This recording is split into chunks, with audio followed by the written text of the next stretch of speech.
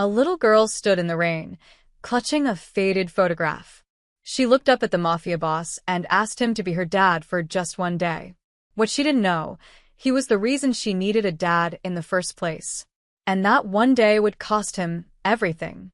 The rain came down in sheets, turning the Manhattan alley into a river of grime and regret. Victor Romano stepped over a puddle that reflected the neon sign of a pawn shop, his Italian leather shoes somehow still pristine despite the filth. Behind him, the warehouse door slammed shut. Another deal closed, another politician's soul purchased. "Boss, cars this way," Marco said, holding an umbrella that Victor ignored. He liked the rain. It washed things away, at least temporarily. That's when he saw her. A little girl, maybe 7 years old, stood at the mouth of the alley. Her yellow raincoat was too big, sleeves covering her hands. Her sneakers were soaked through. But it was her eyes that stopped Victor mid-stride, dark, determined, unafraid. She shouldn't be unafraid. Not here. Not of him. "Mr. Romano?" Her voice cut through the drumming rain. Victor's hand instinctively moved toward his jacket. Marco and the other bodyguard, Tommy, immediately tensed. Nobody should know his name here. Nobody should be waiting for him. "Get rid of her," Victor muttered. But the girl stepped forward, clutching something against her chest. "Please. I just need one day." Marco moved to intercept, but Victor raised his hand. Something in the girl's voice, desperation mixed with strange courage, made him pause. In his line of work, you learn to read people fast. This kid wasn't sent by rivals. She wasn't bait. She was something worse. She was real. One day of what? Victor heard himself ask. The girl's lip trembled, but she didn't cry. "I need a dad. Just for one day. Tomorrow's Father's Day at school. Everyone's bringing their dad. I don't," she swallowed hard. "I don't have one anymore." Marco scoffed. "Boss, we don't have time for." "Shut up," Victor's voice was ice. He walked closer to the girl, his shadow swallowing her small frame. Up close, he could see her face was pale, her hair plastered to her forehead. She'd been standing in the rain for a while, waiting. "What's your name?" Mia Kale. Cole. The name hit Victor like a punch to the gut, but he kept his face blank. 20 years of poker faces in rooms filled with killers had taught him that much. "Who told you to find me, Mia?" She pulled out a photograph from inside her raincoat, protected in a plastic sandwich bag. With shaking hands, she held it up to him. "My dad did. Before he died. He kept a list of names in his desk. People he said were important. Your name was circled 3 times. Victor took the photo. Even in the dim alley light, he recognized the face immediately. Detective Ryan Cole, NYPD. Shield number 7429. The man was in dress uniform, smiling, holding a tiny girl on his shoulders. That girl was now standing in front of him, soaking wet and asking the man who killed her father to play pretend. The universe had a sick sense of humor. "Your dad was a cop," Victor said flatly. "Yes, sir. And he died 2 years ago." Mia nodded, water dripping from her chin. "They said it was gang crossfire. Wrong place, wrong time. But Dad always said there was no such thing as wrong place, wrong time. He said everything happens because somebody makes a choice." Smart kid. Smart, dead cop. Victor remembered that night perfectly. His men were collecting from a debtor who decided to run. The debtor ran straight into a police checkpoint. Shots were fired. One of Victor's guys panicked and shot back. Detective Cole took a bullet meant for a lowlife who owed Victor 50 grand. Collateral damage. That's what Marco had called it. "Why me?" Victor asked, his voice quieter now. "Why not a teacher? A neighbor? Hell, a priest?" Mia looked directly into his eyes with an intensity that made him uncomfortable. "Because my dad's list said you were dangerous. And my foster mom says only dangerous people survive in this world. I need to learn how to be dangerous so nobody can hurt me again." Victor almost laughed. Almost. This 7-year-old was asking a mafia boss for life lessons in survival. She had no idea she was staring at the reason she needed those lessons in the first place. "Boss, this is insane," Marco whispered urgently. "We have the Castellano meeting in an hour. We can't. Cancel it." "What?" Victor handed the photograph back to Mia, but she didn't take it. "You keep it," she said. "So, you remember what a real dad looks like." The word struck something deep in Victor's chest, something he thought had died years ago. He looked at this little girl, this brave, broken little girl, and made a decision that would either redeem him or destroy him. Probably both. "One day," Victor said. "Tomorrow. I'll pick you up at 8 in the morning. Where's your foster home?" Mia's face lit up like Times Square. She rattled off an address in Queens while Marco looked like he might have a stroke. "Thank you, Mr. Romano. Thank you so much." She turned to run, then stopped. "Oh, and you should know, I Googled you. I know what you do. I know you're a bad man." Victor raised an eyebrow. "And you still want me to be your dad for a day?" Mia smiled, a heartbreaking mixture of hope and sorrow. "My teacher says everyone has good inside them. Maybe you just forgot where you put yours." With that, she disappeared into the rain, her yellow raincoat bobbing like a beacon before vanishing around the corner.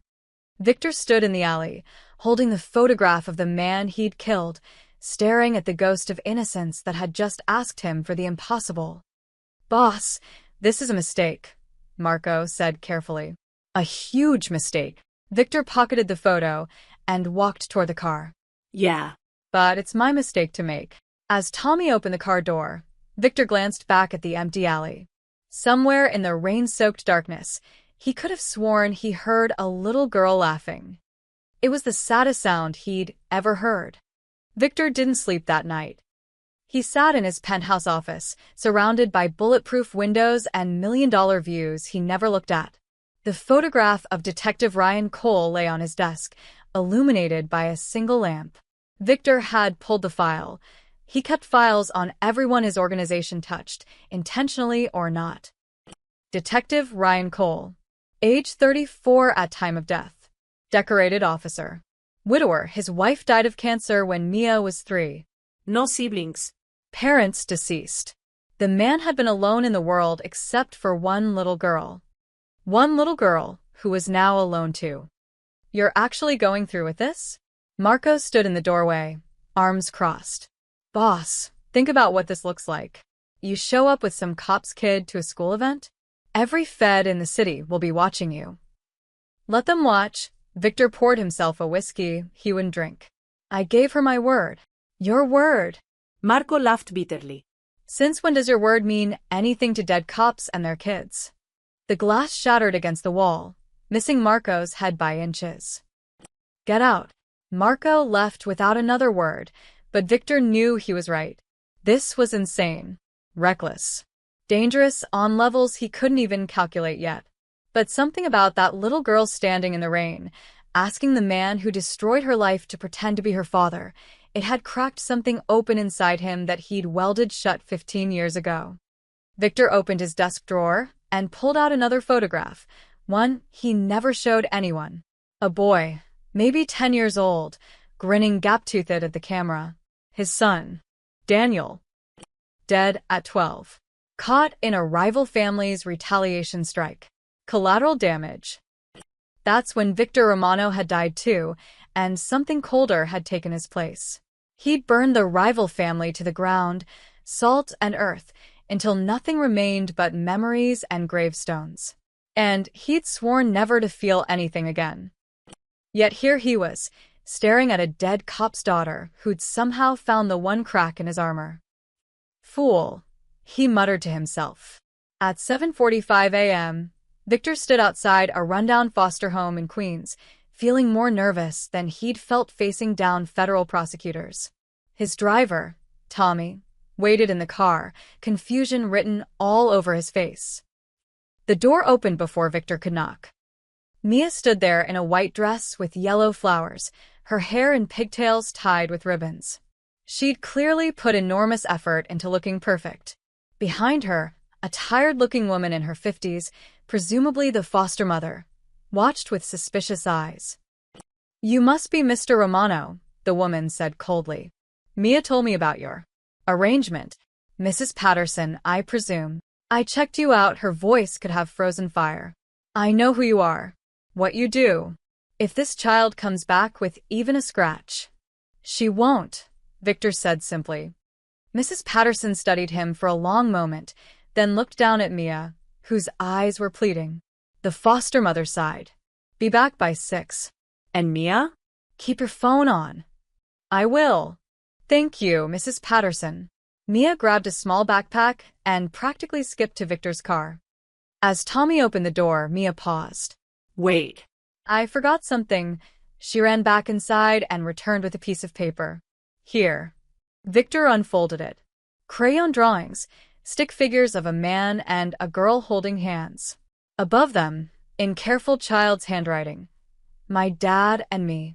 For the Father's Day while at school, Mia explained. Everyone has to bring one. Victor stared at the drawing. In all his years of violence, manipulation, and survival, nothing had ever gutted him quite like this piece of construction paper. It's good, he managed. In the car, Mia chattered nervously about school, her teacher Miss Henderson, and how she'd told everyone her dad was coming. Victor half listened, his mind elsewhere. He pulled out his phone and opened the file on Detective Cole again. This time, he read deeper. The detective had been investigating money laundering. Specifically, a scheme running through the same warehouse Victor had left last night. Cole had been getting close, too close. The ambush that killed him wasn't random crossfire. It was supposed to be a warning to the detective. Victor's blood ran cold. It hadn't been an accident at all. Someone in his organization had ordered the hit. Someone had deliberately targeted a cop with a young daughter. Mr. Romano? Are you okay? Mia's small voice broke through his thoughts. Victor looked at her concerned face and made a decision. He would give her this day, a real day, the kind her father would have given her. And then he would find out who'd ordered Detective Cole's death. Because if it was one of his own men, Victor would make them pay.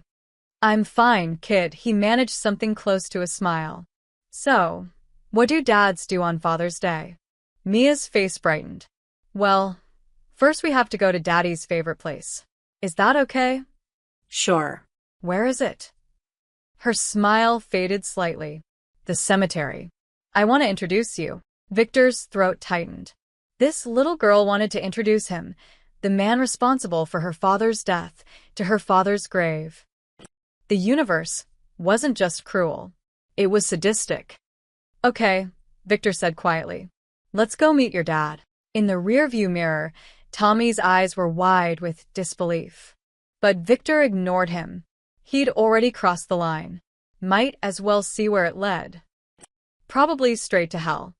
But maybe, just maybe, there was a stop or two along the way. We're not going to the cemetery yet, Victor said, surprising himself.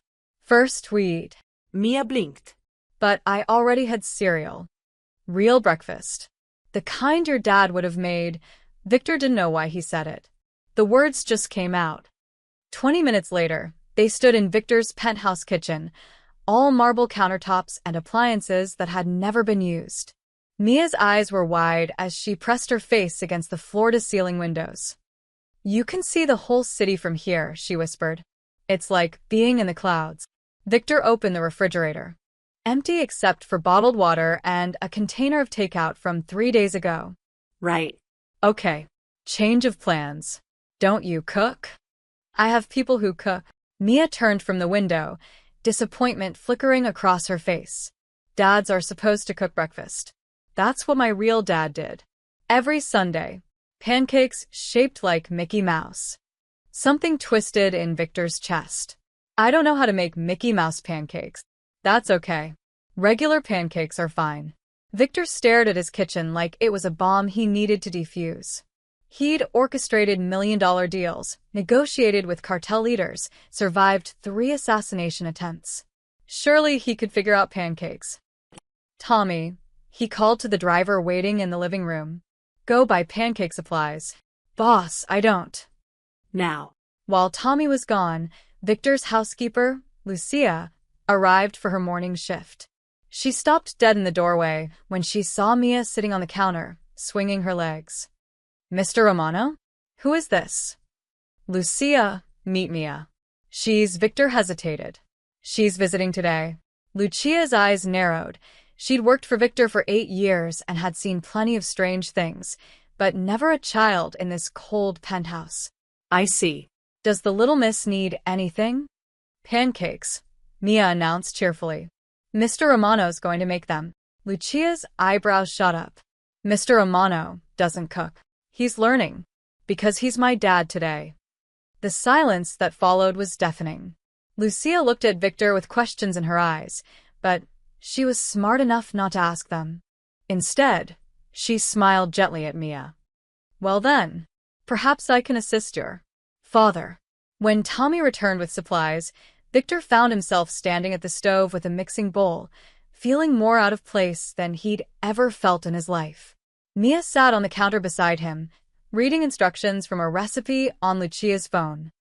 It says add 2 eggs. Mia read carefully. Victor cracked an egg. Half the shell fell into the bowl. Mia giggled. You're not very good at this. No kidding, Victor fished out the shell with his fingers, the same fingers that had pulled triggers, signed death warrants, and counted blood money. My dad used to let me crack the eggs, Mia said softly. I always made a mess, but he said that's how you learn. Victor handed her an egg. Go ahead. Mia cracked it perfectly, beaming with pride. As they mixed the batter, flour coating Victor's expensive black shirt, something strange happened. The penthouse didn't feel quite as cold. The silence didn't feel quite as empty. Mr. Romano? Yeah, kid. Why don't you have any pictures? Victor paused mid-stir. She was right. His walls were bare except for expensive art he'd never chosen. No photographs. No memories. Nothing personal. I don't like pictures. Why not? Because pictures are for people who want to remember things. Mia thought about this while Victor poured batter onto the smoking griddle. Don't you have good things to remember? Victor flipped the pancake. Too early it splattered and avoided her eyes. Not anymore. That's sad. Mia swung her legs thoughtfully. My dad used to say memories are like gardens. If you only plant sad flowers, that's all you'll see. But if you plant happy ones too, the garden gets prettier. Victor looked at this 7-year-old philosopher whose father he'd taken away. Your dad was a smart man. The smartest. Mia smiled, but her eyes were wet. I miss him so much it hurts sometimes. Right here, she touched her chest. Like something squeezing my heart. Victor knew that feeling intimately. He'd felt it every day since Daniel died. Yeah, he said quietly. I know that hurt. They finished the pancakes in comfortable silence. Victor managed to make one that was almost circular. Mia drowned hers in syrup while Lucia watched from the doorway, a strange expression on her face. These are really good, Mia declared, syrup on her chin. Even the lumpy ones. Victor took a bite of his own pancake. It was terrible. Undercooked in the middle, burn on the edges. But Mia was eating hers like it was the best meal she'd ever had, and somehow that made his taste better. Mr. Romano? Mia set down her fork. Can I ask you something? Sure. Do you think my dad would be mad? That I asked you to be my pretend dad? The question stabbed straight through Victor's armor. He thought about Detective Ryan Cole, a good man who died protecting a city from people like Victor. Would he be angry? Probably. Furious even. But Victor looked at Mia's hopeful face and couldn't bring himself to say it. I think, Victor said carefully, your dad would want you to be happy. Even if that means doing things that don't make perfect sense. Mia smiled, satisfied. Good. Because I think he sent me to you. What? I found his list on Father's Day last year. Your name was circled. I think it was a sign. Victor felt the floor shift beneath him. A sign. Detective Cole's dying clue, leading his daughter straight to her father's killer. The universe wasn't just sadistic, it was playing chess with their lives. Maybe it was, Victor said, his voice rough. After breakfast, as Mia washed her hands, Lucia pulled Victor aside. Mr. Romano, that child adores you already. What happens when today ends? Victor had no answer. He was too busy wondering the same thing. Greenwood Cemetery sprawled across Brooklyn like a city of the dead. Victor's bulletproof Mercedes rolled through the iron gates, Tommy driving slowly along the winding paths. Mia pressed her face to the window, counting headstones. "It's section 17, she said quietly. Near the big oak tree. Victor's throat felt tight.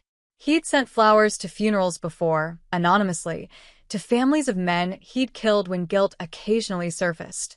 But he'd never stood at their graves. Never looked at the names carved in stone. Never brought their children to visit.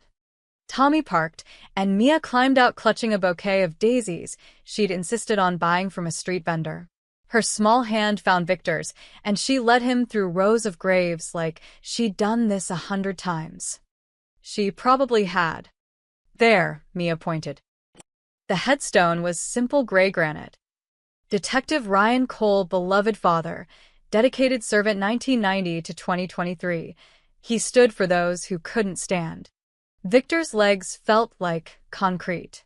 Each step toward that grave was harder than the last. Mia pulled him forward, oblivious to the war raging inside him. "Hi, Daddy," Mia said softly when they reached the stone. She knelt and placed the daisies carefully. "I brought someone special today. This is Mr. Romano. He's being my dad for Father's Day." Victor stood frozen, staring at the name. Ryan Cole, age 34. Killed because he'd gotten too close to Victor's operation. Killed because someone gave an order. Killed because...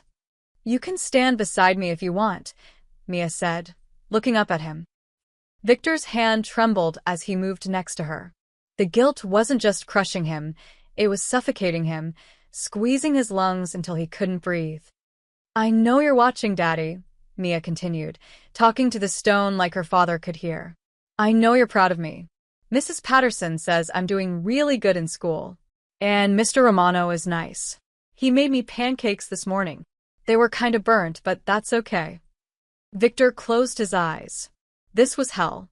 Actual, literal hell. "I miss you every day," Mia whispered, her voice cracking. "Sometimes I forget what your voice sounds like, and that scares me. But I still remember your hugs. And how you sang off-key in the car. And how you always let me pick the movie on Friday nights." A tear rolled down Victor's cheek before he could stop it. He wiped it away quickly, but not quickly enough. Mia noticed. "It's okay to cry. Daddy used to say crying means you love someone enough to let it hurt." Victor pulled out his own flower, a white rose he'd grabbed without thinking. His hand shook so badly, he nearly dropped it. He knelt beside Mia and placed it next to her daisies. "I'm sorry," Victor whispered, so quietly only the dead could hear. But Mia heard too. "Why are you sorry?" Victor és mindrést. Because your dad deserved better than this. He deserved to see you grow up." "Yeah," Mia agreed sadly. He did. "But sometimes bad things happen to good people. That's what Mrs. Patterson says. She says we can't control what happens, only how we react to it." Victor looked at this impossibly wise child and felt something crack deeper inside him. She was comforting him. At her own father's grave, she was comforting the man who destroyed her life. "Your foster mother sounds smart." She is. "But she's not my dad." Mia stood and brushed off her dress. "Can we sit for a bit? I like to talk to him sometimes." They sat on the grass, and Mia chattered about school, her friends, a stray cat she'd been feeding. Victor only half listened. His eyes were fixed on that name. Ryan Cole, a man who'd served his city, protected the innocent, raised a daughter alone. Everything Victor wasn't. "Mr. Romano?" Mia's voice pulled him back.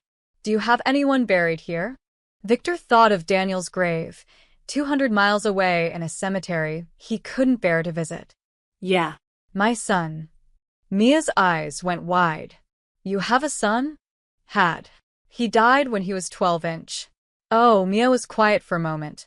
"Is that why you don't like pictures? Because it hurts to remember?" Victor nodded, not trusting his voice. Mia scooted closer and leaned against his arm. My dad used to say that people we love never really leave us. They live in here, she tapped Victor's chest. As long as we remember them, they're still with us. Victor stared at this 7-year-old girl who'd lost everything and somehow still had more wisdom and grace than he'd accumulated in 40 years of living. Your dad was right about a lot of things, Victor said roughly. They sat in silence for a while, surrounded by the dead, two broken people finding strange comfort in each other's brokenness. Finally, Mia stood. Okay, I'm ready to go. We have to get to school by noon for the Father's Day assembly. Victor rose stiffly, his knees protesting. He looked down at the grave one last time. I'll take care of her, he whispered, a promise to a dead man who probably couldn't hear and definitely wouldn't forgive. As they walked back to the car, Victor didn't notice the camera lens reflecting sunlight from behind a mausoleum 50 yards away. Didn't see Marco's associate, Joey, snapping photos of the Mafia boss standing at a cop's grave with a little girl. Didn't see the beginning of the end. Tommy opened the car door, his face carefully neutral. But Victor caught his driver's eye in the rearview mirror and saw the question there. What are you doing, boss? Victor had no answer. He was improvising now, stumbling through territory he'd never mapped. All he knew was that for the next few hours, he was going to give this kid the father she deserved. Even if it killed him. Which, given his line of work, it very well might. Marco Vitelli stared at the photos on his phone, his jaw clenched so tight it ached. Joey had done his job well. Crisp, clear images of Victor Romano kneeling at a cop's grave, a little girl beside him. Victor placing a white rose. Victor with tears on his face. Victor looking weak. This is bad, boss, Joey said, hovering nervously. Real bad. If word gets out that Mr. Romano's gone soft. Shut up. I'm thinking. They were in a back room of Marco's restaurant in Little Italy, away from prying eyes. Marco had been Victor's right hand for 12 years. He'd helped build the empire, eliminate rivals, navigate wars that would have destroyed lesser men. And now Victor was risking everything for a dead cop's kid. It was insanity. Marco's phone buzzed. Unknown number. He almost ignored it, then curiosity won. Yeah. Marco Vitelli. The voice was smooth, cultured. This is Anthony Castellano. I believe we have mutual interest to discuss. Marco's blood turned to ice. Anthony Castellano ran the largest crime family in New York, Victor's primary rival. They'd maintained an uneasy truce for 5 years, ever since Victor had wiped out Anthony's uncle's crew. The Castellanos wanted revenge, but lacked the muscle to take it. Until now, apparently. I'm listening, Marco said carefully. I'm hearing interesting rumors. Something about Victor Romano playing daddy to a little girl. At a cemetery. No less, Anthony's voice was amused. Now, I'm thinking, a man like Victor doesn't do charity. So this girl must be special. Family, perhaps. Marco said nothing, but his silence spoke volumes. Anthony chuckled. I see. Well, here's my proposal, Marco. You and I both know Victor's getting sloppy. Soft. Bad for business. I'm prepared to make a very generous offer to someone with access to his organization. Someone smart enough to see which way the wind is blowing. You want me to betray him? I want you to survive. There's a difference, Anthony paused. Send me those photos. Consider it a down payment on a very profitable partnership. Marco stared at the images again. Victor crying at a grave. Victor holding a child's hand. Victor throwing away everything they'd built for one random kid. The choice should have been easy. I'll think about it, Marco said. Don't think too long. Windows of opportunity have a habit of closing. The line went dead. Joey watched nervously as Marco sat in silence. Boss, what do we do? Marco forwarded the photos to Anthony Castellano before he could change his mind. His phone rang 30 seconds later. Smart man, Anthony Porret. Very smart. Now tell me everything about this girl. 2 hours later, Anthony Castellano sat in his penthouse office in Tribeca, studying the photos on his laptop. His nephew, Frank, stood beside him. Younger, hungrier, always eager to prove himself. That's definitely Victor, Frank said. And the girl's maybe 7, 8 years old. 7 according to my source. Anthony zoomed in on Mia's face. Pretty little thing. And look at how Victor's looking at her. That's not business. That's personal. You think she's his daughter? Secret family. Doesn't matter what she is. What matters is that Victor cares about her. Which means she's leverage. Anthony leaned back in his chair, fingers steepled. We've been looking for a way to hurt Victor Romano for 5 years. Looks like he just handed us 1 inch. Frank grinned. So we grab the girl? Eventually. First, we watch. Learn her patterns. Where she lives, where she goes to school. We need to be smart about this. Anthony's eyes gleamed. Victor's built his reputation on being untouchable. Fearless. But every man has a weakness. We just found his. What about Marco? Can we trust him? Anthony shrugged. Marco's a survivor. He sees his boss going down and wants to be on the winning side. We'll use him until he's no longer useful, then dispose of him. That's how this works. Frank pulled out his phone. I'll put together a team. Light surveillance for now. Very light. Victor's paranoid for good reasons. If he even suspects someone's watching the girl, he'll move her somewhere we can't reach.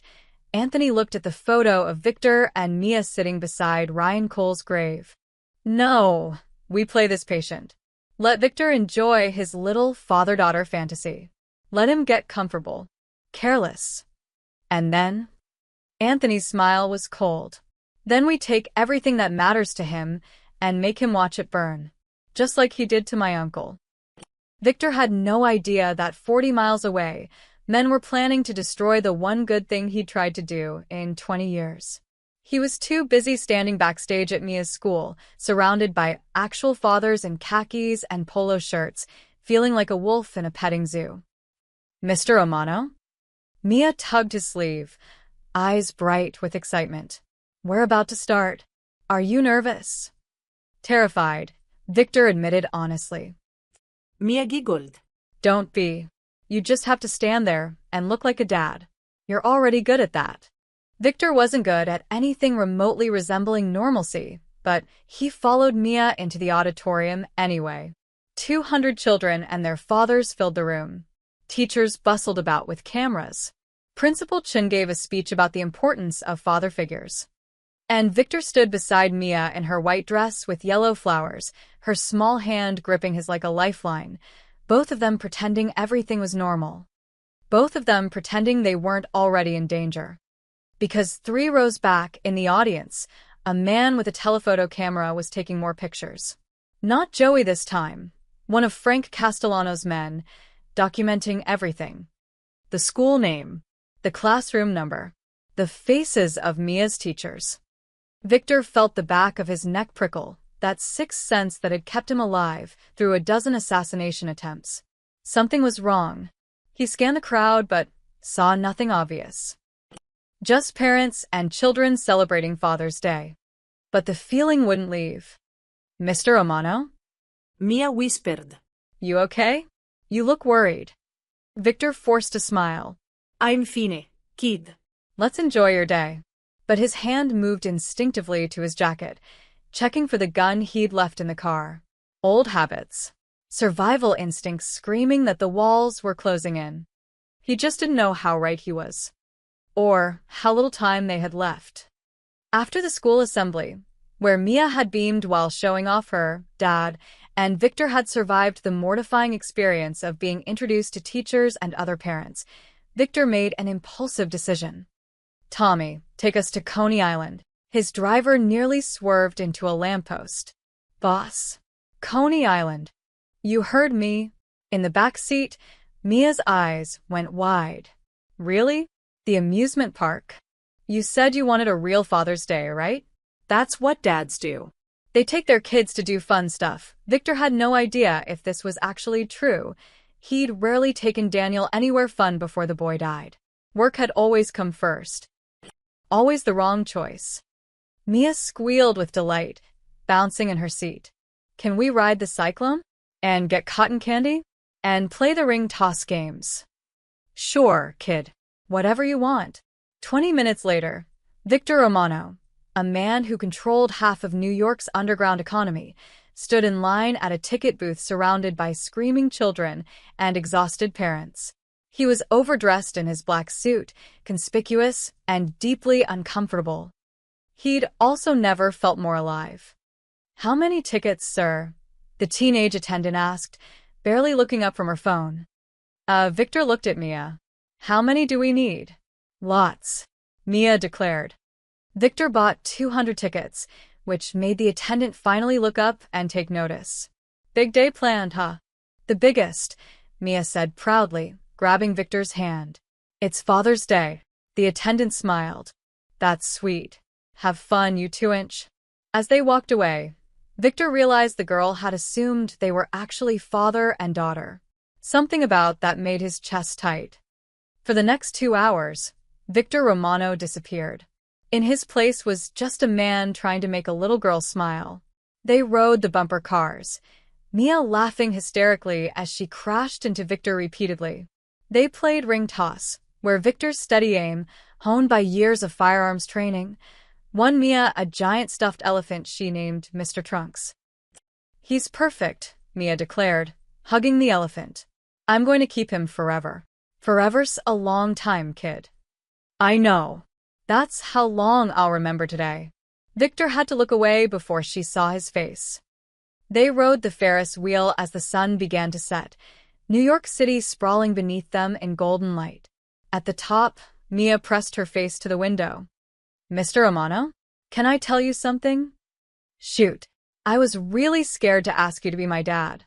Mrs. Patterson said you were a dangerous man. She showed me news articles and everything." Mia glanced at him. "But you don't seem dangerous. You seem sad." Victor's throat constricted. "Maybe I'm both." "Maybe," Mia agreed. "But my real dad used to say everyone has good and bad inside them. Like a coin with 2 sides. You just have to decide which side you show the world." "Smart man, your dad." "The smartest," Mia smiled. "I think he'd like you, Even though you're scary sometimes. The Ferris wheel descended, and Victor felt like he was falling too, into something he couldn't control, couldn't manipulate, couldn't fix with money or threats. Redemption, maybe. Or damnation disguised as hope. Their last stop was the ice cream stand. Mia ordered chocolate with rainbow sprinkles.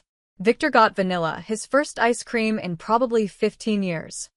They sat on a bench overlooking the beach, eating in comfortable silence. At least it was comfortable until Mia somehow got ice cream on her nose, her chin, and then catastrophically on Victor's sleeve. "Oh no," Mia gasped. "I'm so sorry." Victor looked at the chocolate smear on his $2,000 suit jacket and did something he hadn't done in years. He laughed. Not a polite chuckle or a dark, bitter sound. A real laugh, deep and genuine, the kind that made his sides hurt. "Kid, you're a disaster," he said, still laughing. Mia giggled, relieved. "My dad used to say that too. He said I was a beautiful disaster." "Sounds about right." Victor used a napkin to wipe her face, and she sat still, trusting. A nearby mother pushed a stroller past them, saw Victor cleaning Mia's face, and smiled warmly. "She's lucky to have such a patient dad," the woman said. "Mine would have lost it by now." Victor froze. The woman thought she actually thought. "Thank you," he managed. The woman walked on, oblivious. But her words hung in the air like smoke. A patient dad. Victor had been called many things in his life. Boss. Killer. Monster. Sociopath. Never patient. Never dad. "Mr. Romano?" Mia tugged his sleeve. "Are you crying again?" "No," Victor wiped his eyes quickly. "Just something in my eye." Mia didn't sound convinced, but she let it go. Instead, she leaned against his side, sticky and content. This was the best day ever. Yeah. Thank you for being my dad today."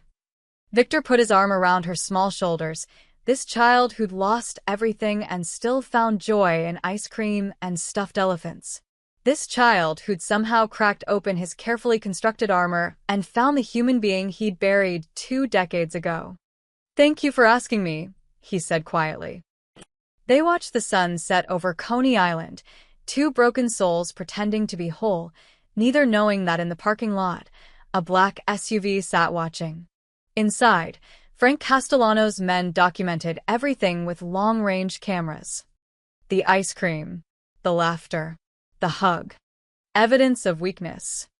Evidence of leverage.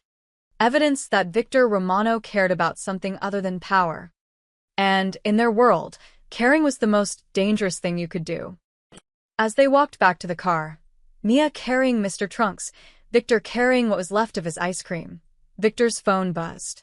A text from an unknown number. "Cute kid. Would be a shame if something happened to her." Victor's blood turned to ice. His hand instinctively moved to shield Mia as his eyes scanned the parking lot. Dozens of cars. Hundreds of people. Impossible to spot a threat. "What's wrong?" Mia asked, sensing his sudden tension. "Nothing, kid," Victor forced his voice steady. "Let's get you home." But everything was wrong. Someone was watching. Someone knew about Mia. And Victor had just made the biggest mistake of his criminal career. He'd shown them he cared. Victor's instincts screamed at him the moment they pulled onto the highway. Tommy was driving too fast, checking mirrors too often. Something was wrong. "Boss," Tommy said quietly, eyes on the rearview. "Black Escalade.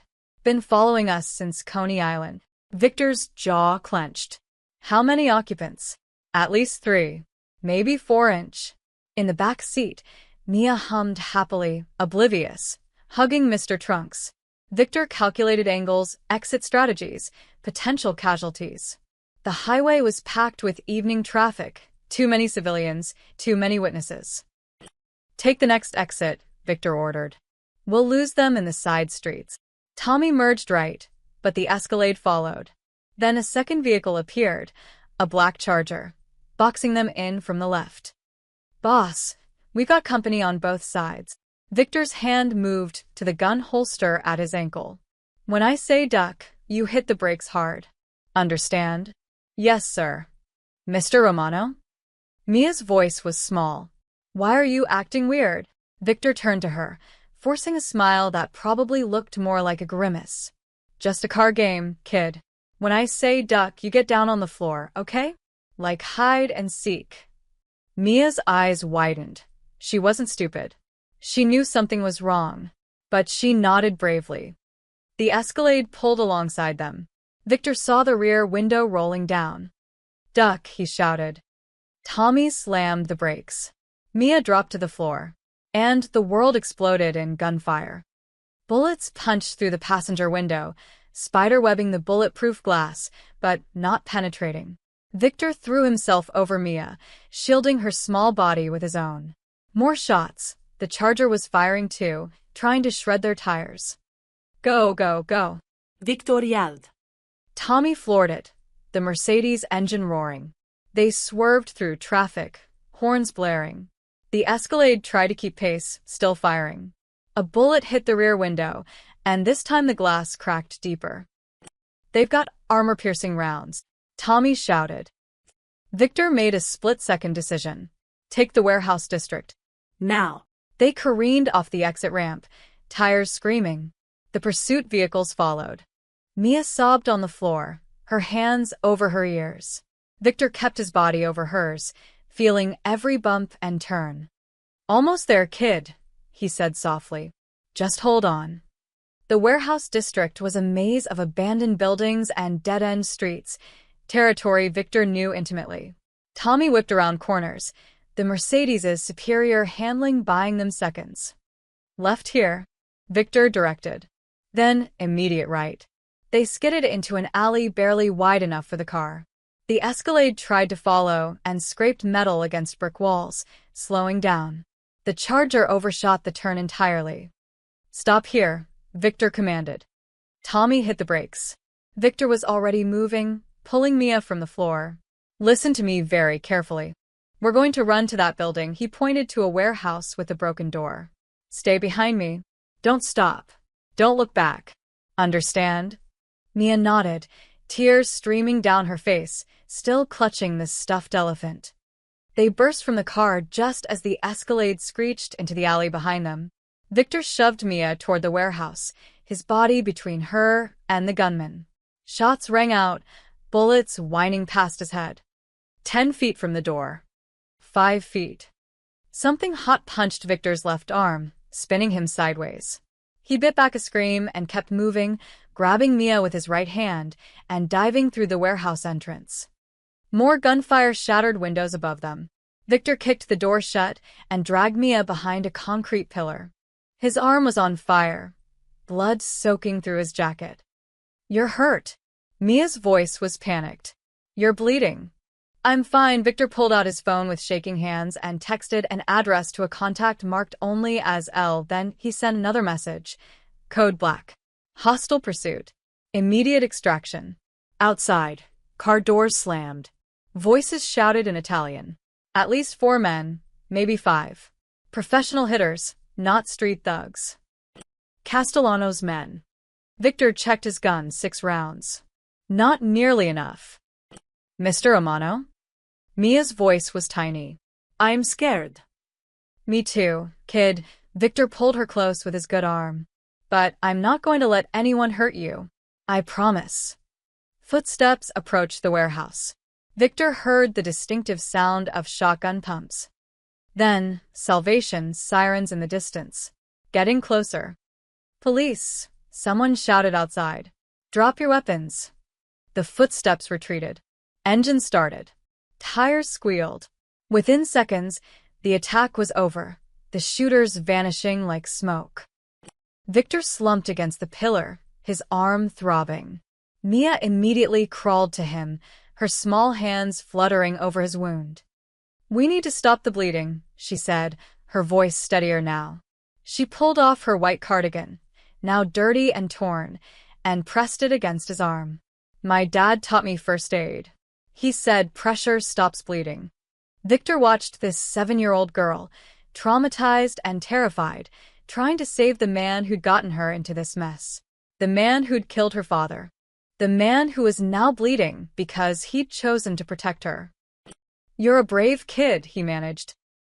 "You got hurt because of me," Mia whispered, tears falling onto his jacket. Victor lifted her chin with his good hand, looking into her eyes. No, Keith. "I got hurt because I've done too many wrong things. But this," he gestured at his wound, "this might be the first right thing I've done in 20 years. Red and blue lights flashed through the broken windows. "Police." Victor should run, but he was too tired and had lost too much blood. "Mr. Romano?" Mia's voice was fading, or maybe that was just him losing consciousness. "Yeah. Thank you for saving me." Victor closed his eyes. "Thank you for reminding me I was human." The warehouse door burst open. Flashlights. Shouting. Mia screaming that he needed help. And Victor Romano, Mafia boss, killer, monster, let himself sink into darkness, knowing that for one day, he'd been something better. He'd been a dad. Victor woke to the smell of antiseptic and the feeling of soft hands wrapping gauze around his arm. His eyes opened to find Lucia leaning over him, her face tight with worry. "Welcome back, Mr. Romano," she said quietly. "You've been out for 2 hours." He was in one of his safe houses, a nondescript apartment in Queens that even Marco didn't know about. The room was small, sparsely furnished, with blackout curtains and reinforced doors. "Secure." Mia. Victor's voice came out rough. "In the next room. She wouldn't leave your side until I promised she could check on you every 10 minutes. Lucia finished the bandage and sat back. "The bullet went clean through. You'll live, though you should see a real doctor." "Can't risk it." Victor tried to sit up and immediately regretted it. Pain lanced through his arm. "The police let you go?" "I told them we were in the wrong place at the wrong time. Anonymous gang violence. They bought it." Barely, Lucia's eyes were hard. "Mr. Romano, what have you gotten yourself into?" Before Victor could answer, the door opened. Mia stood there, still clutching Mr. Trunks, her face pale and tear-stained. When she saw Victor awake, she ran to him. "You're okay." She stopped just short of hugging him, afraid to hurt his arm. "I was so scared you were going to die." "Takes more than that to kill me, kid." Victor tried to smile, but it felt hollow. Lucia stood. "I'll make tea." "You two need to talk." She left, closing the door behind her with a meaningful look. Mia climbed carefully onto the couch beside Victor, her small frame barely making a dent in the cushions. For a long moment, neither spoke. The safe house was silent except for the distant sound of traffic. "Those men were trying to kill us," Mia finally said. "It wasn't a question."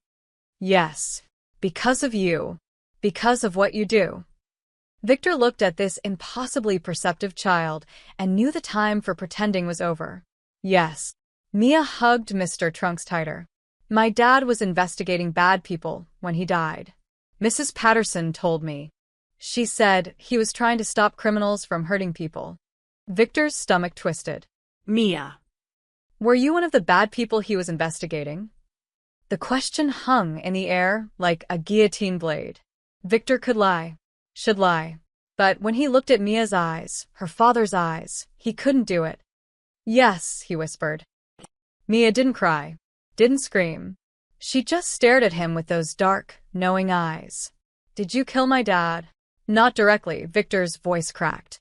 "But I'm responsible. My men were in a situation that went wrong. Your father was caught in the crossfire. If I hadn't given the orders that put them there, if I hadn't built the empire that required protection, if I hadn't..." He stopped, his throat closing. "I might as well have pulled the trigger myself." The silence was unbearable. Victor waited for Mia to run, to scream, to tell him she hated him. Instead, she set Mr. Trunks aside and looked at him with devastating clarity. "You knew," she said softly.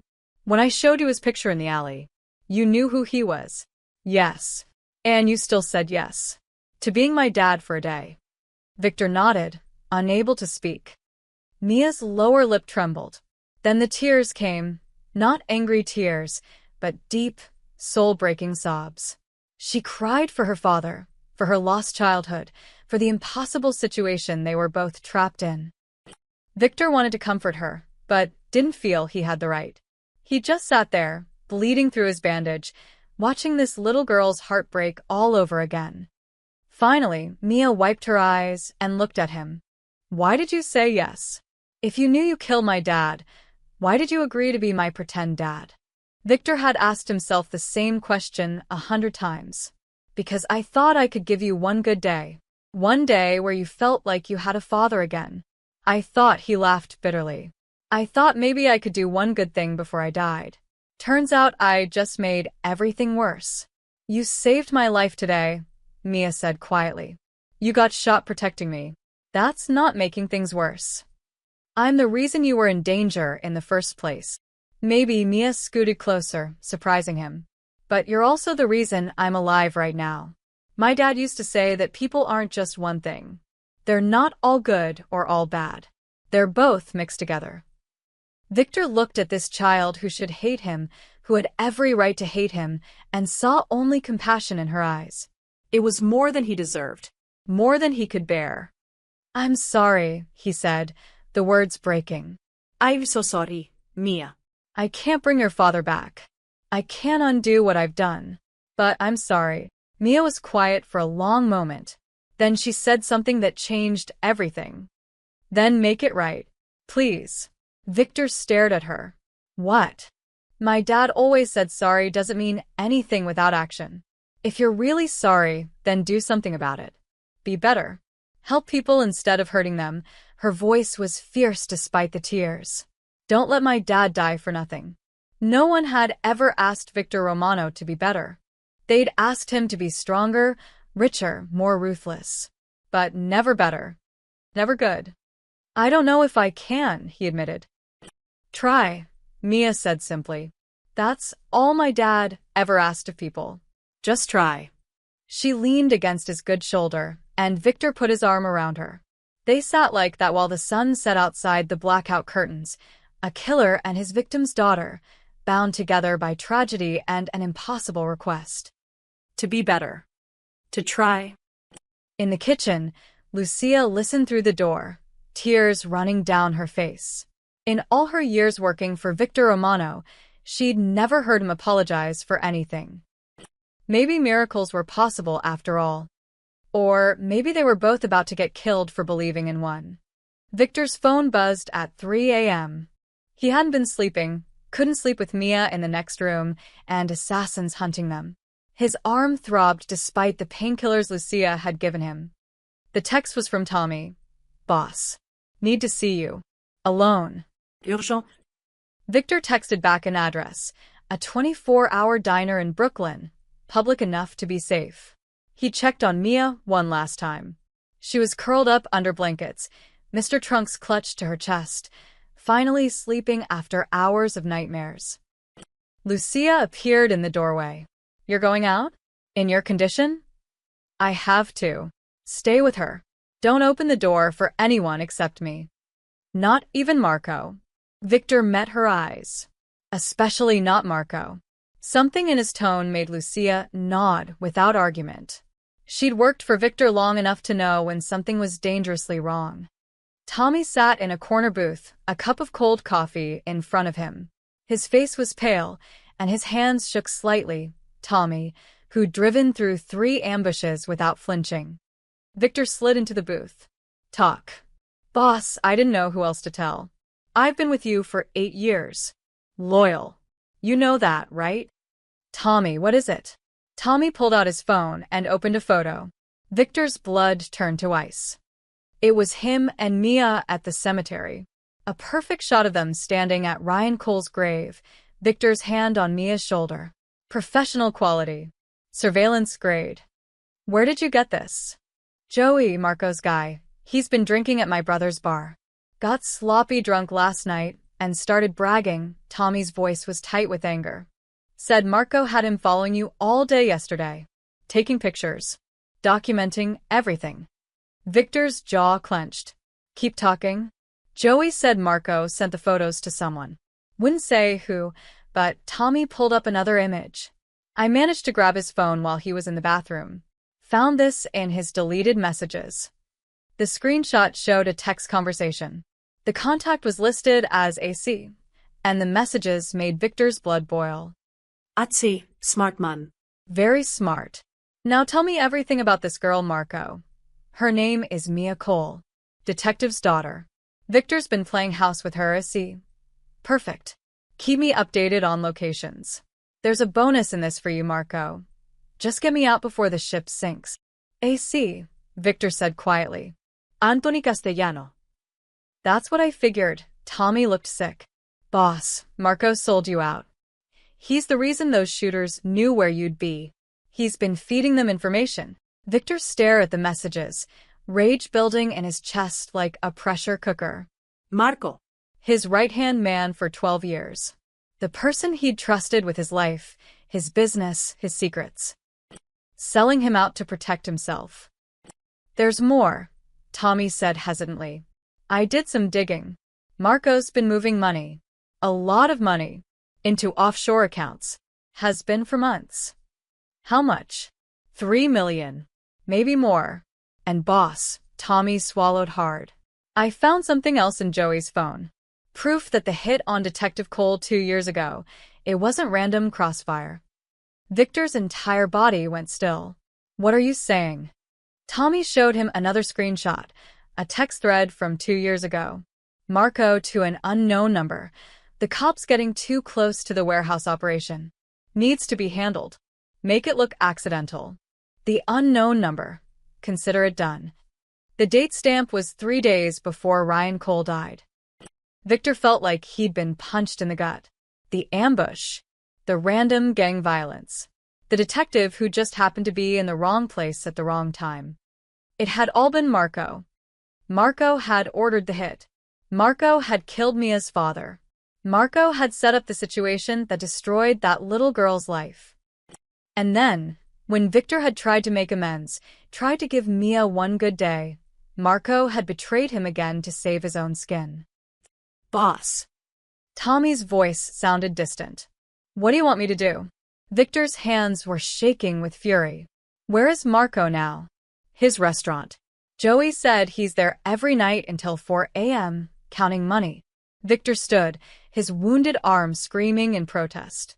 His face was a mask of cold rage, the face that had made men beg for mercy before he killed them. Boss, you're in no condition. Get the car. You're going after him? Now. Victor looked at Tommy with eyes that held no mercy, no hesitation. Marco killed a good cop and left his daughter an orphan.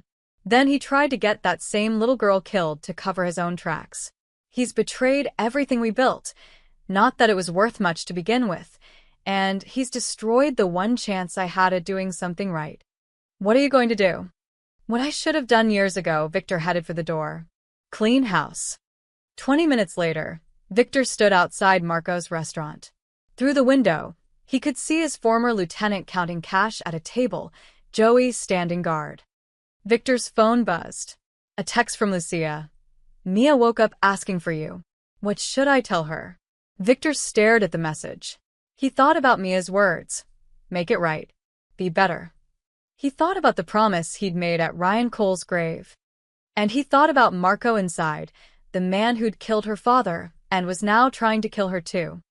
For the first time in 20 years, Victor Romano had to choose between the monster he'd always been and the man a 7-year-old girl believed he could become.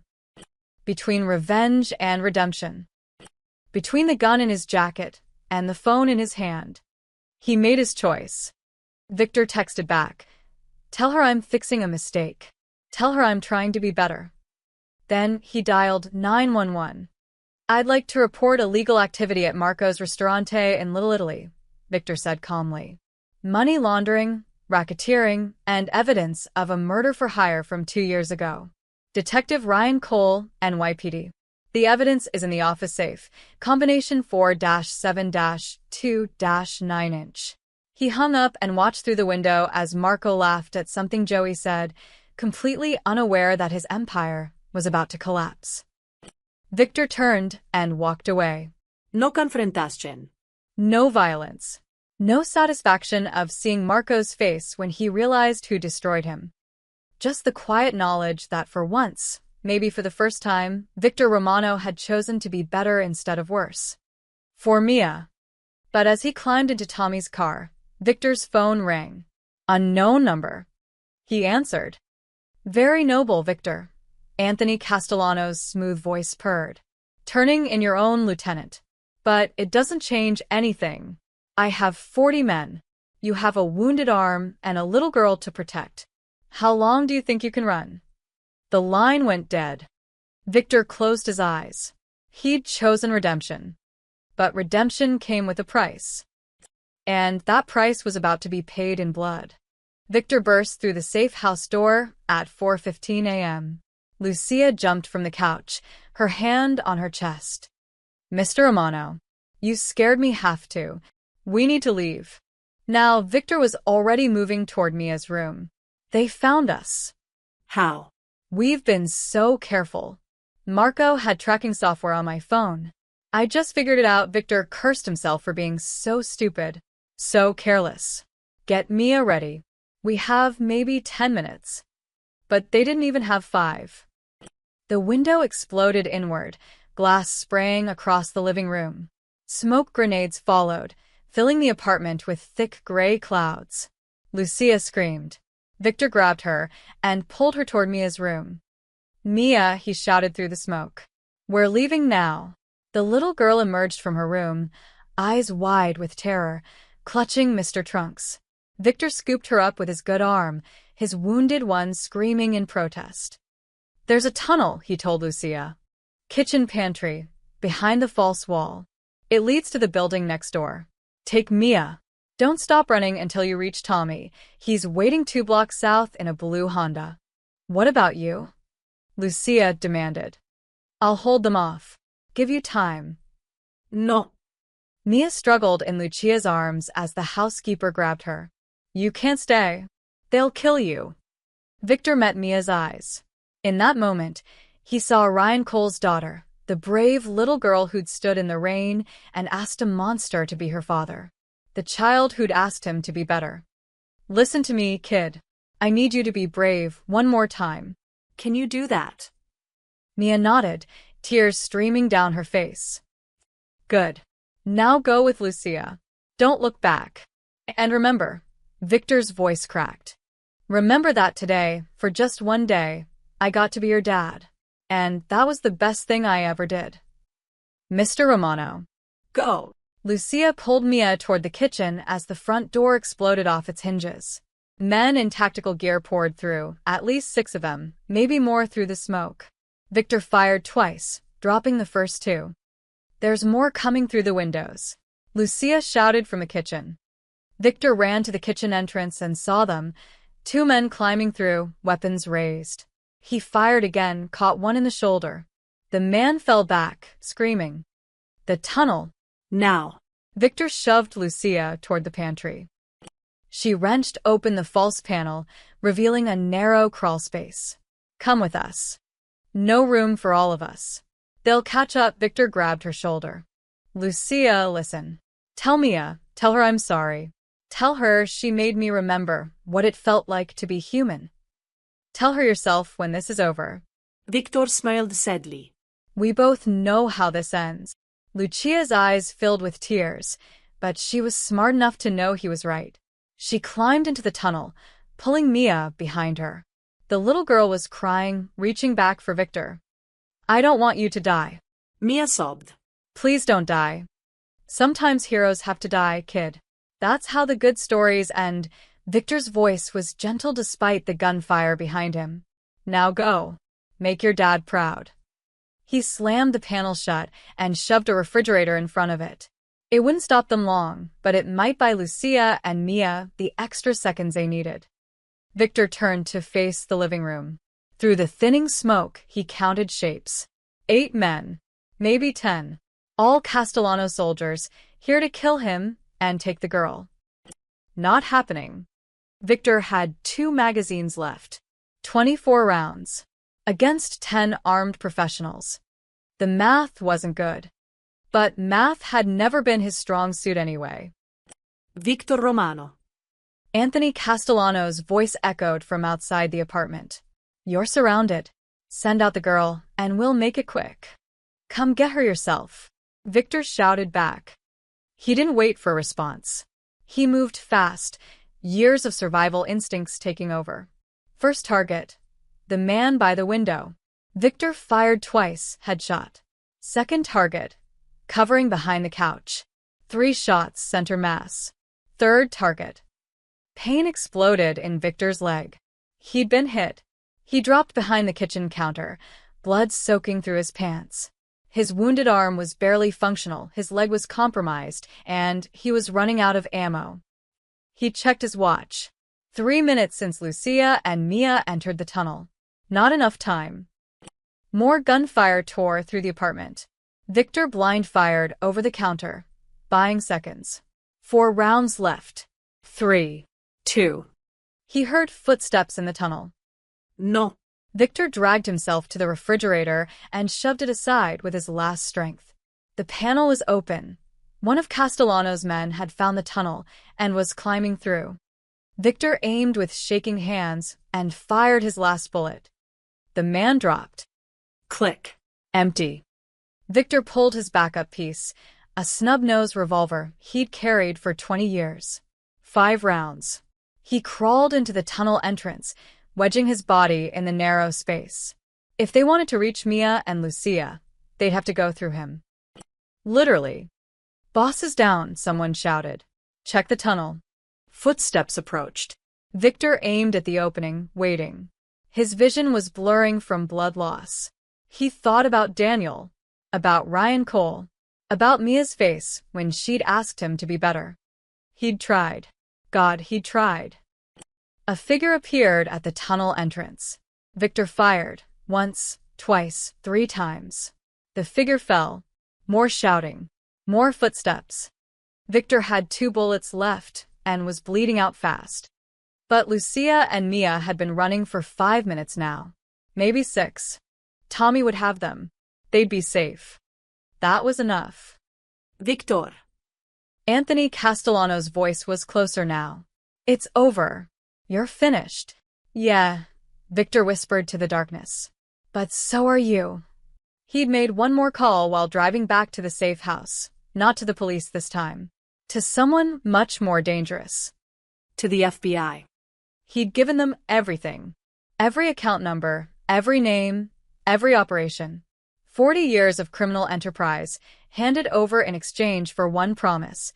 Witness protection for a little girl named Mia Cole. The sirens in the distance were getting closer. Not police this time. Federal agents. Anthony Castellano had maybe 3 minutes before his entire organization was rolled up. Victor smiled through the pain. He'd burned it all down. Everything he'd built, everyone he'd worked with. Destroyed his entire empire to save one little girl. Worth it. A shadow filled the tunnel entrance. Victor raised his gun with the last of his strength. For Mia, he whispered, and pulled the trigger. Victor's last bullet caught Anthony Castellano in the chest. The crime boss stumbled backward, shock on his face, and collapsed in the kitchen. His men rushed forward, but it was too late. The sirens were right outside now, and federal agents were storming the building. FBI, drop your weapons. Castellano's soldiers scattered like rats. Some tried to fight, and were immediately taken down. Others fled through windows, and were caught in the street. Within minutes, the entire operation was in federal custody. Victor lay in the tunnel entrance, his gun falling from nerveless fingers. Blood pooled beneath him. Too much blood. He'd been hit in the leg, shoulder, and abdomen. His body was shutting down, the adrenaline finally wearing off. Footsteps approached. Combat boots. Federal agents. We've got a man down. Need medical here now. Hands rolled him over carefully. Victor's vision was fading, the world becoming soft around the edges. He saw federal badges, concerned faces, radios crackling with urgent commands. Sir, can you hear me? Sir, stay with us. Victor tried to speak, but could only manage a whisper. The agent leaned closer. The girl, Victor breathed. Mia kill. Witness protection. I gave you everything. Promise me, you'll keep her safe. The agent's face was grim. Sir, save your strength. Paramedics are coming. Promise me. Victor's hand grabbed the agent's vest with surprising strength. I promise. We have her in protective custody. She's safe. Victor's grip relaxed. Safe. Mia was safe. That was all that mattered. Mr. Romano, we need you to stay awake, another agent said urgently. Tell us about Marco Vitella. Tell us about the Castellano operations. But Victor was drifting now, floating somewhere between consciousness and darkness. He thought about Mia's smile at Coney Island, the ice cream on his suit, her small hand in his at the cemetery. Tell her, Victor whispered. Tell Mia. Her father was a hero. Your daughter? Sir, she's fine, she's... No. Her real father, Detective Ryan Cole. Victor's breathing was shallow, labored. He was the hero, not me. I was just trying to make up for taking him away. The agent's expression shifted. Understanding, then pity. You're Ryan Cole's. I killed him. Victor's eyes found the agent's. Not directly. But I gave the orders that put him in danger. Marco executed it. But the blood is on my hands. Mr. Romano, promise me you'll tell her. Promise she'll know. Her real father died protecting this city. Protecting people like her. Victor coughed, blood on his lips. And tell her I'm sorry. Tell her she made me remember what it felt like to be good. The paramedics arrived, but Victor could barely hear them. The world was fading, getting quieter. He felt them lifting him onto a stretcher, felt the motion of being carried. But it all seemed distant, unimportant. In the ambulance, as they worked frantically to save him, Victor's mind drifted to Daniel. His son would be 17 now if he'd lived. Would he have been proud of his father in these last moments? Probably not. Victor had been a terrible father to Daniel, absent, cold, focused on building an empire instead of being present. But with Mia, for just one day, he'd gotten it right. One day of pancakes and ice cream. One day of holding a small hand and feeling needed. One day of being called Dad, without flinching. It wasn't enough to erase 40 years of sins. But it was something. We're losing him, a paramedic shouted. BP dripping, pulsvik. Victor heard the words, but they didn't frighten him. He'd lived longer than he deserved anyway. Longer than most men in his profession. He'd built an empire on blood and fear, and now he was paying the price. Fair trade. His last thought before the darkness took him was of a little girl in a yellow raincoat, standing in the rain, asking a monster if he could be her father for just one day. And somehow, impossibly, he had been. 2 miles away, in a federal safe house, Lucia held Mia as the little girl sobbed into her shoulder. They'd heard the gunfire, seen the federal agents rushing toward the apartment building, watched the ambulances arrive. Tommy sat nearby, his face gray, his hands shaking. Is he gone? Mia whispered, already knowing the answer. An FBI agent, Special Agent Rodriguez, entered the room, his expression carefully neutral. But his eyes told the story. I'm sorry, he said quietly. Mr. Romano didn't make it. He died in the ambulance en route to the hospital. Mia's wail was heartbreaking, the sound of a child losing a parent for the second time. Lucia held her tighter, her own tears falling. He saved you, Agent Rodriguez said gently. His last words were about making sure you were safe. He gave us everything, every detail of his organization, the Castellanos, everyone. He burned it all down to protect you. He promised he wouldn't die, Mia sobbed. He promised. Rodriguez knelt beside her. He also asked me to tell you something. He said to tell you that your real father, Detective Ryan Cole, was a hero, that he died protecting people, and he wanted you to know that you made him remember what it felt like to be good. Mia cried harder, clutching Mr. Trunks like a lifeline. There's something else, Rodriguez continued. Mr. Romano arranged for a trust fund in your name. Every asset he had, legitimate businesses, properties, investments. It's all yours now. Enough to pay for your education, set you up for life. And he established a foundation. The Romano Foundation for Orphan Children. Lucia's eyes widened. He did what? He signed the papers 2 hours ago, while hiding in a parking garage. Had his lawyer meet him there. Rodriguez shook his head. He knew he wasn't going to survive. He planned for it.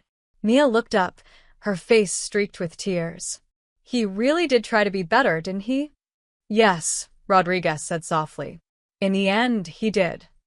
Outside, the sun was rising over New York City, a new day beginning as Victor Romano's ended.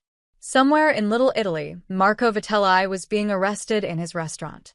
Across town, what remained of the Castellano family was being rounded up by federal agents. And in a safe house in Queens, a 7-year-old girl mourned the man who'd killed her father and then died trying to make it right. The universe, it seemed, had a strange sense of justice after all. 6 months later. Autumn had painted Greenwood Cemetery in shades of gold and crimson. Leaves tumbled across headstones, and the air carried the crisp promise of winter. Mia Cole, now 8 years old, walked between the graves with steady steps, no longer the frightened child who'd stood in the rain begging a stranger to be her father. Lucia walked beside her, carrying 2 bouquets, one of daisies, one of white roses. They stopped first at the familiar gray granite headstone. Detective Ryan Cole, beloved father, dedicated servant 1990 to 2023, he stood for those who couldn't stand. Mia knelt and placed the daisies carefully at the base. Daddy. Sorry I haven't visited in a while. Mrs. Patterson, well, I guess I should call her mom now since the adoption went through. She says I needed time to heal. And I think she was right. She traced her fingers over the carved letters of his name. School's going really well. I'm getting A's in everything, even math. Remember how you used to help me with fractions? I still use your tricks, she smiled sadly. And I joined the Junior Police Explorers program. I want to be like you someday. Help people. Make a difference. The wind rustled through the oak tree above, and Mia chose to believe it was her father's way of saying he was proud. I met someone, Daddy. Someone you were investigating when you died. His name was Victor Romano. Mia's voice wavered. I know you probably would have arrested him if you'd lived. I know he was part of what happened to you. But Daddy. He tried to be better. At the end, he really tried. She wiped her eyes. He saved my life. And he made sure I'd be okay after he was gone. The foundation he started has already helped 23 kids find homes. Kids like me who lost their parents. Mia stood and looked at the sky. I think you'd understand, Daddy. You always said people could change if they wanted to badly enough. Victor wanted to. For me. Because I asked him to be better. She kissed her fingers and touched the headstone. I love you, Daddy. Forever and always. Lucia handed her the second bouquet. White roses, Victor's flower. They walked 50 yards to a newer grave, the stone still bright and unmarked by weather. Victor Romano, 1985 to 2025. He gave her life back. It was a simple headstone, nothing like the elaborate mausoleums of other wealthy men in the cemetery. Victor had specified in his will that he wanted to be buried here, in the same cemetery as Detective Ryan Cole. Near the man I wronged, the will had read. Near the hero. The foundation had paid for the burial. Lucia, Tommy, and Mia had been the only attendees at the funeral. No criminal associates, no former allies. Just 3 people whose lives he'd changed in his final days. Mia knelt and placed the white roses. Hi, Mr. Romano. I brought your favorite flowers. She set Mr. Trunks, now worn and patched, beside the headstone. I brought him too. I thought you might like the company. Don't worry, I'll take him home before we leave. Mia settled cross-legged on the grass, like she was having a conversation with an old friend. The FBI agent, Mr. Rodriguez, he came by last week. He said the information you gave them shut down 3 major crime families. Hundreds of arrests. He said you saved a lot of lives by telling the truth. She pulled at the grass absently. Mrs. Patterson, I mean Mom, she says you were complicated. She says you did terrible things but tried to make them right at the end. I think that's true. You weren't perfect, but you tried. That's what you promised me you'd do. Just try. Mia's voice grew softer. I miss you. I know that's weird. I only knew you for one day. But it was the best day. You made me feel safe when I was scared. You made me pancakes even though you didn't know how. You won me, Mr. Trunks, and took me on the Ferris wheel. Tears rolled down her cheeks. And you died protecting me. You died being the dad you promised to be. She touched the stone gently. Mom says I'm allowed to love you both. My real dad, and you. She says the heart is big enough for 2 fathers, one who gave me life, and one who gave it back. I think she's right. Lucia knelt beside Mia and put an arm around her. He'd be proud of you, little one. So proud. You think so? I know so. I worked for Mr. Romano for 8 years, and I never saw him smile. Not once. But that day with you? He smiled. He laughed. You gave him something nobody else could. You gave him hope that he could be better. Mia stood and looked at both graves, her father's and Victor's, side by side in eternal rest. I had 2 dads, she said quietly, speaking to both stones. One gave me life. One gave it back. And I'm going to make you both proud. I promise. She picked up Mr. Trunks and hugged him tight. I'm going to help people like Dad did. And I'm going to believe people can change, like Mr. Romano did. And I'm going to remember that everyone has good inside them, even when they forget where they put it. As they walked toward the cemetery gates, Mia turned back one last time. In the fading autumn light, the 2 graves sat peacefully, a hero and a villain, connected forever by one little girl's courage and capacity for forgiveness. Near the entrance, they passed a new plaque on a bench. The Romano Foundation for Orphan Children, founded in memory of Mia's day. Everyone deserves a second chance. Mia smiled through her tears. Victor had kept his promise. He'd tried to be better. And in trying, he'd become something he never thought possible. He'd become a hero to one little girl. And sometimes that was enough. Sometimes that was everything. The end.